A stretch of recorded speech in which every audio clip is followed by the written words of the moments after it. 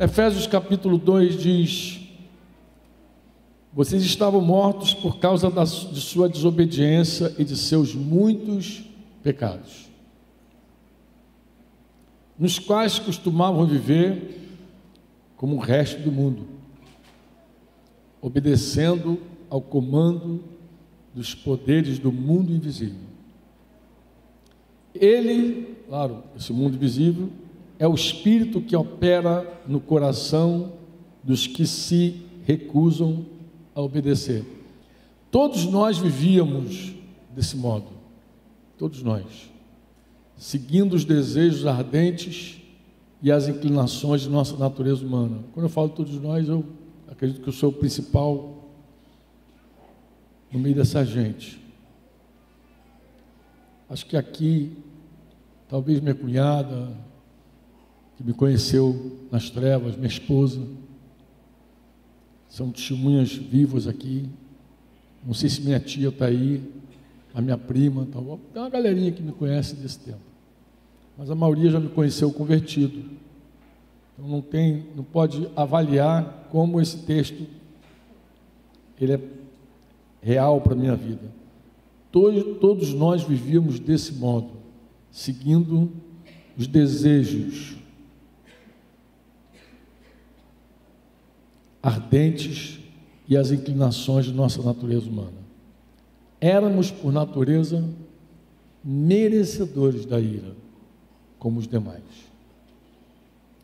Mas Deus é tão rico em misericórdia e nos amou tanto, que embora estivéssemos mortos por causa dos nossos muitos pecados, aqui estou agregando, Ele nos deu vida juntamente com Cristo. É pela graça que vocês são salvos, pois Ele nos ressuscitou com Cristo. Ou seja, a ressurreição de Cristo para nós é mais do que a ressurreição de Cristo, é a nossa também, porque nós recebemos vida naquele dia. Você diz amém ou não? Ele nos ressuscitou com Cristo e nos fez sentar com Ele nos domínios celestiais, porque agora estamos aonde? Em Cristo Jesus. Portanto, por causa de toda essa verdade, nas eras futuras, Deus poderá apontar-nos como exemplo de riqueza insuperável de sua graça.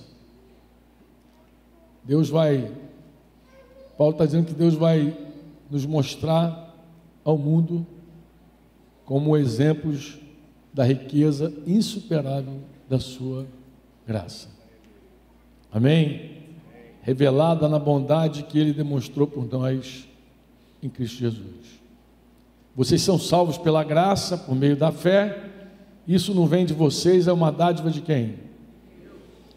Não é uma recompensa pela prática de boas obras, isso é bom lembrar.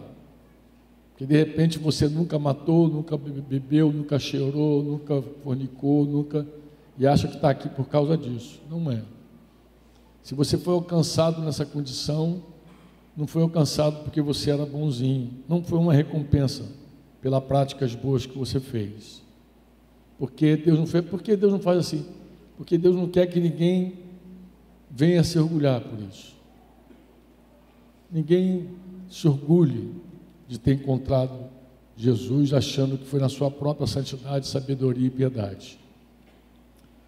Pois somos obra-prima de Deus, criados em Cristo Jesus, a fim de realizar as boas obras que Ele de antemão planejou para nós.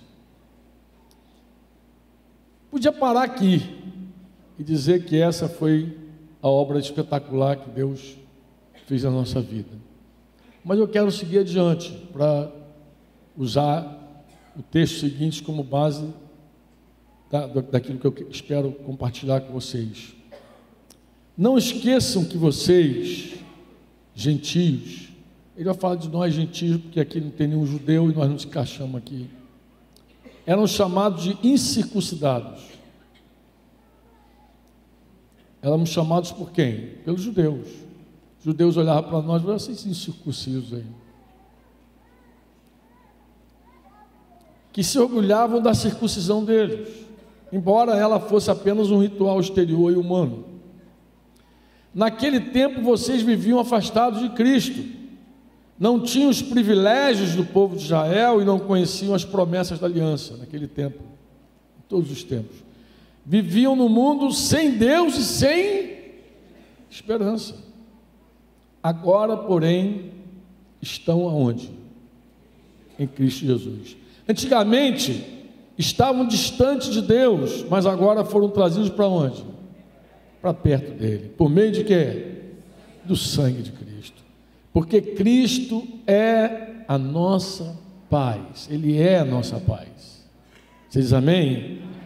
Ele uniu judeus e gentios. Jesus pegou duas raças que não se uniam, que não tinha como, Sérgio, unir, mas ele uniu judeus e gentios em um só povo, ao derrubar o muro de inimizade que nos separava. Então olha que coisa interessante, Paulo está dizendo que a obra de Jesus, na sua morte, na sua ressurreição, não foi só para nos aproximar de Deus, não, foi também para aproximar os inimigos, foi para unir os inimigos, para aproximar os que têm preconceito um contra os outros, os que não aceitam uns aos outros. Essa era a obra de Deus também, nos juntar, nos unir e nos fazer um. Ele derrubou o muro de inimizade que nos separava. Ele acabou com o sistema da lei, com seus mandamentos e ordenanças, promovendo a paz, ao criar para si, desses dois grupos, uma nova humanidade. Assim, ele os reconciliou com Deus. Foi assim, em um só corpo. Foi assim que ele nos reconciliou. Ele não reconciliou com ele dois povos. Ele não reconciliou duas etnias, três. Ele reconciliou assim, ele juntou todos nós num só corpo e nos uniu com Deus. Em um só corpo, por meio da sua morte na cruz, eliminando o quê? A inimizade que havia entre esses povos. Ele trouxe essas boas novas de paz tanto a vocês que estavam distantes dele, como aos que estavam perto. Agora, por causa do que Cristo fez, todos temos acesso ao Pai pelo mesmo Espírito. Eu estava contando para os irmãos que tem uma comida chilena que para mim é um desafio. Mas eu estava um dia lá em casa com os líderes, preparando lá uma sopinha lá. O Simar chegou depois da hora lá, mas a história eu acho que começou com o Simar. E a gente começou a falar de comida que a gente não gostava. Comida que tu não gosta. Comida que eu não gosto. Aí eu tive que falar da minha comida, essa comida chilena, uma panela. Aí você coloca na panela frango. Olha, mira a cara de los brasileiros, mira. Frango. Aí põe carne de boi, carne de ovelha se tiver, carne de porco, peixe, calma, Cláudio. Peixe. Botei quase todas as carnes. Agora vamos começar. Linguiça. Marisco. O Chile cultiva marisco. Então, sei lá quantas espécies de marisco há aí? Não, calma. Tudo bem. Vamos chegar no mata e come aí. Quantas espécies há aí? 18? 20? A gente conhece alguns mariscos aqui. Nós tem vários. Vai botando aqueles mariscos, cada um com uma cara diferente. Vinho. Batata, Shelly lá sabe como é que é o negócio. Uma batatinha, para ver se o negócio ganha sustância. Quando sai aquela água igual caldo de cana. Tu não sabe que gosto é aquele. Eu estava falando do cozimento. Me levantei para ir ao banheiro E quando eu voltei, quando eu estava no caminho, me veio um mandamento apostólico, falando da didaqueia, falando dos mandamentos. Paulo, em Romanos 15, 7, explicando que os mais maduros espirituais precisam ser mais, suportar os mais fracos espirituais. Ele começa dando essa aula aí, que tem que haver uma disposição daqueles que se dizem mais espirituais com os mais carnaizinhos. E ele diz no versículo 7, ele dá esse mandamento assim: portanto, diga portanto, vamos botar aí para ver, 15, 7, acolhei-vos uns aos outros, como também Cristo nos acolheu para a glória de Deus. E aí, eu meti assim, eu falei, cara, o que tem isso a ver? Será que é o tema da hora? Será que a gente vai ter que conversar agora com os irmãos sobre esse assunto? Eu fiquei pensando, falei, de repente é o que Deus quer. Mas eu resolvi olhar o texto no original. Falei, o que é acolher, de fato? Eu sei que é acolher, mas quando eu comecei a ler o texto, levar, pegar mais, tomar para si, tomar como companheiro, tomar pela mão, a fim de pôr ao lado, tomar ou receber em casa, com a ideia paralela de bondade, receber e conceder. A última palavra assim, ó, comida. Mata e come. Come. E aí, eu voltei para a mesa lá, falei, irmãos, a gente está falando de comida que a gente não come, a gente não gosta, que não desce. Mas eu queria propor outra coisa para vocês. Eu queria propor o seguinte: a gente falar de pessoas que não descem. É o mandamento do Senhor: acolher, engolir. Engole. Tem que engolir. Esse é o mandamento, mas não é engolir como Cristo. Como é que Cristo nos engoliu? Porque Ele, de ambos os povos, Ele fez um, e para nos apresentar um a Deus, Ele nos incluiu tudo num corpo. Não tem raça, não tem etnia.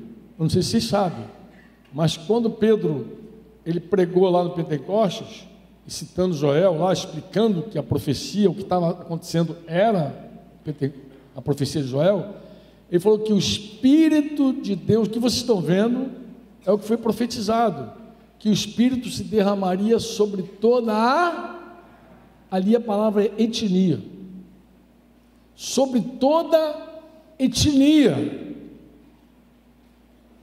E Jesus falou assim: vossos filhos, aí Pedro explicando a palavra de Joel, vossos filhos e vossas filhas profetizarão. O outro preconceito era velhos e jovens, porque judeu ainda tem que levar de judeu velho e judeu garoto. Vossos velhos sonharão sonhos, vossos jovens terão visões. Agora para. Os escravos, uma vez, lá em João registra isso, os fariseus falaram: essa plebe é maldita. A plebe que estava dizendo o seguinte: o pessoal sem cultura, o pessoal era maldita. Os caras não sabem nada, são malditos. Falam. Até sobre os meus escravos derramarei do meu espírito naqueles dias e profetizarão. É isso que Pedro está explicando. Pedro está dizendo que sobre todos, sem exceção, o Espírito de Deus, o mais santo, que a gente chama de Espírito Santo, viria sobre todos e habitaria e daria vida e quebraria todos os nossos preconceitos. Bagunçou a cabeça do judeu. Amém ou não? Está certinho até aí? Tá ou não? Mas eu te pergunto então o seguinte: por que Pedro não queria entrar na casa de Cornélios, se ele mesmo inaugurou a reunião da igreja dizendo: o que vocês estão vendo, são 9 horas da manhã, não tem ninguém bêbado não, gente, é o que o profeta disse, derramarei do meu espírito. Por que ele não quis entrar na casa do cara então? E Deus me perguntou, por que Pedro não entrou na casa de Cornélio? E eu respondi para o Senhor, por causa da religião dele, Senhor. Ele era judeu, porque se ele tivesse convertido o cara ao judaísmo, ele não teria nem que explicar ninguém a nada. Os judeus faziam prosélitos, ele não tem que explicar nada, certo, mano? Mais um judeu agora, mais um evangélico para a nossa comunidade. O problema desse cara é um só, é que ele não estava convertendo o cara à religião dele, o cara queria se converter a Cristo. O cara não tinha compromisso nenhum com religião judaica, nenhum, ele não queria papo com religião, ele queria papo com Jesus, porque Jesus mandou um anjo lá falar com ele, tuas esmolas, tuas orações se tornaram um memorial diante do Pai.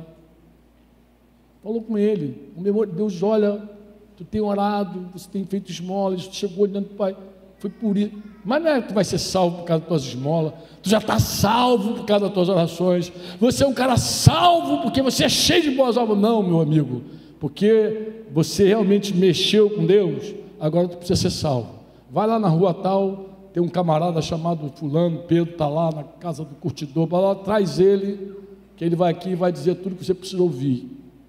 Ele não foi salvo porque as esmolas dele salvaram ele, nem as orações. Ele precisava ouvir o evangelho, porque Deus escolheu salvar o mundo pela loucura da pregação. A fé vem pelo ouvir. Você diz amém ou não?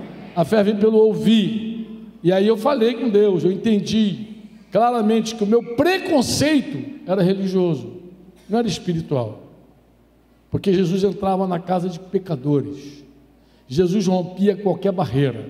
A mulher samaritana era 2 escândalos. Primeiro, porque ela era samaritana e ele era judeu. Ela mesmo falou, o que você está falando comigo?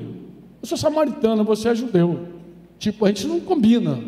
Mas Jesus entrou no mundinho dela, rasgou, rompeu os limites religiosos da época. Outro problema era o fato dela ser mulher. Quando os discípulos voltam lá no final do capítulo 4 de João, eles falam assim, estavam admirados de ver ele conversando com a mulher. Então, além de ser samaritana, era mulher, pô. E Jesus era campeão desse negócio, amado. Acorda! Jesus tocou no leproso. Ele não falou com o leproso, ele tocou. Leproso. Quando a comunidade de Israel, assim, chegou um leproso, todo mundo tinha que avisar, chegou um leproso, tocar sino, tocar lata não tinha, mas tinha que fazer barulho, para dizer, chegou um leproso, todo mundo sai. É assim que algumas pessoas se sentem, leprosas. Quando chega a alguns ambientes, o pessoal, chegou fulano. Se leprosa, cara, será que eu estou leproso? Chega, o povo se esvai. Pode ser uma coincidência, mas pode ser um preconceito mesmo. Diz assim, Jesus, como judeu, ele não podia se aproximar do leproso. Jesus podia ter dado uma palavra para o leproso, ele deu uma palavra para aqueles 10 leprosos, os caras ficaram limpos no caminho. Mas esse outro leproso, ele tocou. Jesus tinha um interesse real pelas pessoas, real. Eu falo isso para os irmãos, real. Eu falo isso para vendedores. Você quer vender mais? Tenha interesse real pelas pessoas. Para de achar que o teu negócio é só vender. Para de ficar olhando quanto dinheirinho chega. Olha as pessoas, olha o ser humano. Olha o ser humano precisa ser visto. Por que a obra missionária desperta tanto no nosso coração? Por isso. Porque quando tu sai da tua cidadezinha, tu vai lá para o sertão, Porto da Folha. Está lá, a galera de Porto da Folha está aí. Chega lá em Porto da Folha, você está ali cheio de coração. Fome missionária, tu não deixa passar ninguém, nem o papagaio. Fala todo mundo. Por quê? Porque você está ali fora da casca. Você deixou o teu conforto, deixou o teu reino, deixou o teu formato e agora está no sertão querendo alcançar o sertanejo lá. E aí, meu amigo, você fala de todo mundo. Modesto bota a cadeirinha dele lá na rua, lá na feira, e fica, é igual papagaio. Quer alcançar. Todo mundo faz isso, quando está fora. Mas quando volta para a sua cidade, como é que é? A pessoa fica travada lá. É assim ou não é assim? É ou não? É ou não? É. É desse jeito. Quantos casais, de fato, não são amigos? Quantos pais não são amigos de seus filhos? E quantos filhos não são amigos dos seus pais? Irmão, olha, é uma alegria. Vou usar a expressão indizível, acho que é indizível. Quando um filho, alguém que você tem proximidade desse nível, é teu amigo, que abre o coração contigo. É uma alegria você ter um grupo de pastores amigos, uma equipe de ministério amiga. Não é uma coisa profissional, busca de resultado, é amigo. É gente fora da bolha, fora da casca. Corrige, mas também anima, fortalece, abraça, ouve. É muito ruim quando as pessoas nem querem ouvir o que você tem para dizer. Eu sei que tem uns irmãos mais prolixos, que são mais difíceis de engolir, né, mano? O irmão vai dar um relatório que podia falar em 3 minutos, ele vai falar em 15, com certeza. Mas vamos nós. Até o áudio dos WhatsApp, tu tem que ter paciência. Tu olha assim o tempo, 16 minutos, Jesus tem misericórdia. Tem os mais prolixos, porque sempre vão ter aqueles mais difíceis, que a gente não gosta. Mas eu quero te falar uma coisa, escuta o que eu te falo. Agora, em janeiro, lá em Porto da Folha, nós fizemos alguns grupos pequenos, eu coloquei essa tarefa para eles. Falei, olha, escreve tudo que você não gosta em outra pessoa, tudo que é difícil para você engolir. Fala daqueles tipos difíceis de engolir. E eles fizeram. Depois eu falei, agora depois você escreve o que você acha que é difícil em você para outros engolirem. Mas nem precisou escrever muito, porque foi muito engraçado. Eu ouvi alguns relatórios que era assim, à medida que os irmãos do grupo iam dizendo, eu não gosto de gente que pede muito, eu não gosto de gente que cria, eu não gosto de... O irmão ia se vendo, e eu sou assim, cara. Sou assim. Porque nós somos também intragáveis para alguns. Tem coisa que a gente não gosta, não é assim?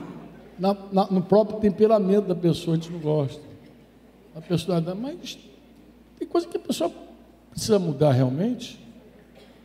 Mas o fato dela precisar mudar não significa que ela não pode ser acolhida, recebida no coração.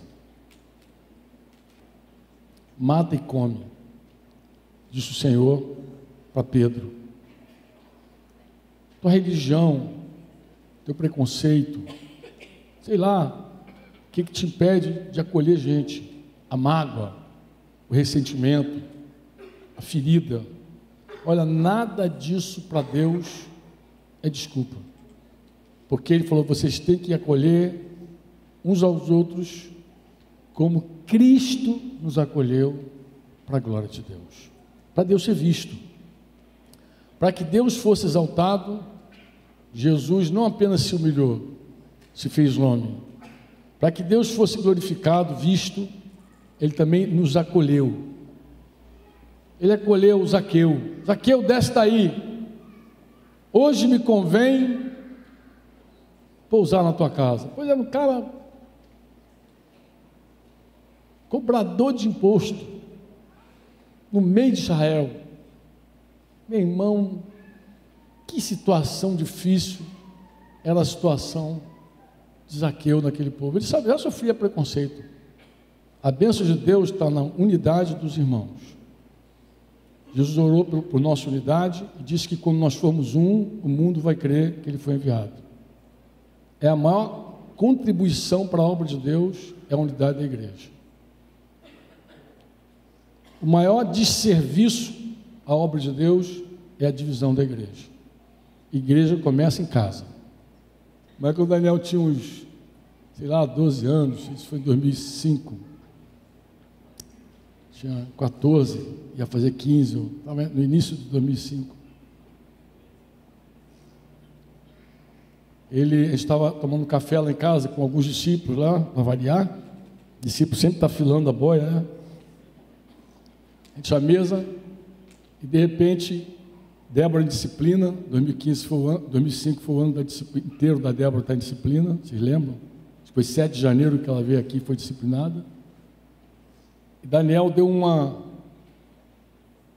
repreendida, não sei, foi áspero com a Débora, assim, seco. Deu um corte assim na mesa, assim, tão ruim, que Denise olhou para mim, Denise deu uma olhada assim para mim, assim, e falou, tipo, o que é isso? Eu dei aquela outra olhada. Vocês conhecem, quem é casado já sabe. Um olha para o outro e fala com os olhos, né? E eu fiz assim um sinalzinho para ela, tipo, deixa que eu resolvo essa parada. Está comigo, vou andar com eles. Subi e perguntei, o que está vendo? Aí ele falou, metidinho para caramba. A minha irmã gosta de primazia, ela está em disciplina, fica se metendo nos negócios lá que ele estava fazendo. Ele se meteu a fazer alguma coisa, ela se meteu a ajudar e daqui a pouco ela estava mandando. E ele resistiu, e aí não sei o que, ficou aquela coisa áspera. E eu falei, Daniel, eu tenho assim uma impressão no meu espírito que o problema não é esse. Aí ele, como assim? Eu falei, para mim o problema não é esse problema. Teu problema não é que tua irmã quer a primazia. Ele, o que tu acha que é o problema então? Para mim o problema é o seguinte, Daniel, é que tua irmã pecou. Ela pecou contra Deus e pecou contra nós também. E você sempre foi amigo dela. E você viu tua amizade quebrada. Você viu que ela traiu tua amizade. E aí ele, na hora, é isso mesmo. E aí Débora começou a chorar. É isso mesmo. Eu tomei uma decisão na minha vida. Eu falei, qual a decisão que tomou? Nunca mais ninguém vai me trair. Quase que eu falei para ele, não sabe de nada, adolescente. Não ia falar, naquela hora não cabia, né, Daniel? Falei, filho, olha o que você está dizendo. Não, tomei a decisão, nunca ninguém mais me trai. 14 anos, peitinho para fora, estufadinho. Falei, amado, você é um discípulo de Jesus. Sou. Você está comprometido a seguir Jesus. Sou. Falei, então tem algo, filho, muito errado aqui. Em algum momento você perdeu Jesus de vista. Para seguir Jesus tem que vê-lo. Ninguém segue uma outra pessoa sem ver outra pessoa. Falei, filho, você perdeu Jesus de vista. Como assim, pai? Falei, filho, a única pessoa que poderia dizer, a única pessoa que pisou nessa terra que poderia dizer, nunca, ninguém, jamais vai me trair. A única pessoa que poderia ter dito isso nessa terra foi Jesus. E ele escolheu ser traído. A única pessoa que poderia dizer, ninguém vai me esfaquear mais pelas costas, é Jesus. Mas esse Jesus, Daniel, que você diz que segue, escolheu ser traído. Aí ele deu aquela quebrada assim, começou a chorar também. Falei, o que eu faço, pai? Eu falei, o que tu faz? Desce daí. Ele não estava em lugar nenhum, ele não estava pendurado em lugar nenhum. Eu falei, desce daí, para ele entender que ele estava no lugar que não era o lugar do adorador. Eu falei, tu desce daí de onde você está. Dá as costas para tua irmã e fala com ela, minha querida irmã, está aqui minhas costas de novo, para a hora que você quiser esfaquear. Se você quiser pegar de novo e me trair de novo, eu estou aqui para ser traído novamente. Você quer isso? Aí ele me ouviu, fez exatamente o que eu falei com ele. Então, aí nesse momento foi difícil, a gente estava chorando. O discípulo de Jesus tem que ter clareza de quem que ele está seguindo. Você não está seguindo um homem qualquer. Você está seguindo aquele que, sendo Deus, não se aferrou, não se considerou igual a Deus, se esvaziou, se fez homem, desceu. Como homem se fez servo.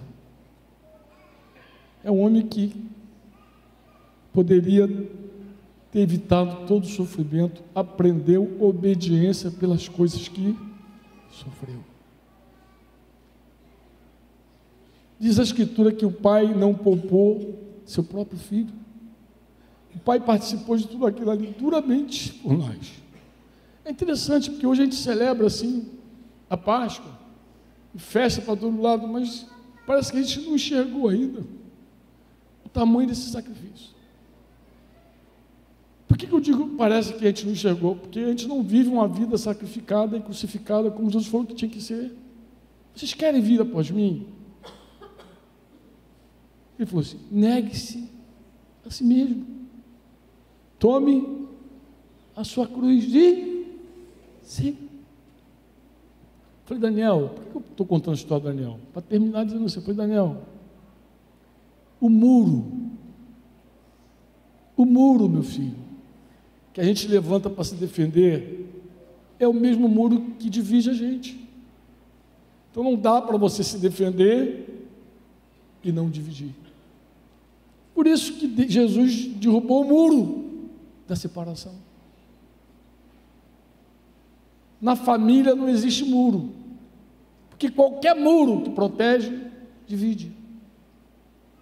Nós vivemos todos os riscos possíveis e imagináveis. Não, olha, irmãos, é uma vergonha. Eu não tenho outra palavra, para mim é vergonha. Quando a gente diz que é discípulo de Jesus e a gente se preserva de sofrer. Se alguém quer viver piedosamente, vai sofrer perseguição. No mundo tereis aflições. Que oxalá todas as nossas dores e nossas aflições sejam por causa de Jesus e não por causa de nós mesmos. Porque se alguém sofre porque fez alguma coisa errada, você está colhendo o que plantou. Mas se você sofre pelo nome de Jesus, Ele é glorificado, Ele é visto. E é um sofrimento perdoar, é um sofrimento confessar, se humilhar, descer, e é um sofrimento se abrir novamente para tudo. É um sofrimento recomeçar. Nós nos abraçamos ali, choramos e recomeçamos. Eu vi que a amizade deles foi restaurada. Voltaram aquela paz, não foi, Denise? Nunca mais tiveram nenhum conflito. E eu dou graças a Deus porque